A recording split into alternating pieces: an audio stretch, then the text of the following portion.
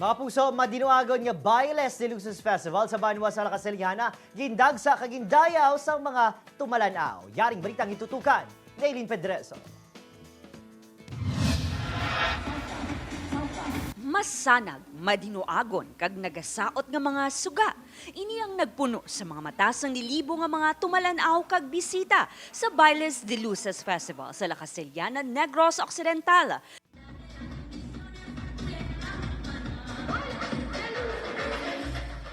Gindayaw sa mga tumalanaw ang performances ng 7 ka mga grupo gikan sa nagkalain-lain nga barangay sa Arena Dance Showdown.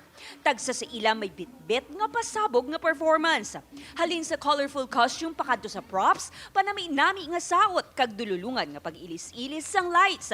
Kaangay nga napuno sang nagasaot nga suga ang stage.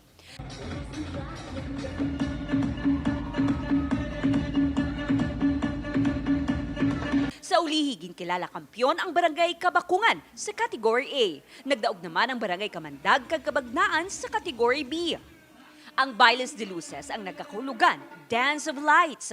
Ang festival ang ginaselebrar agud magpasalamat sa mga bugay nga nabaton sang banwa. Makapila naman ka beses nga naimbitaran nga mag-perform sa South Korea kag Germany ang festival dancers sini. Ang Bailes de Luces isa na sa mangkad siya nga Castellana nga amo na siya nga amon nga Economic and Tourism Development Booster.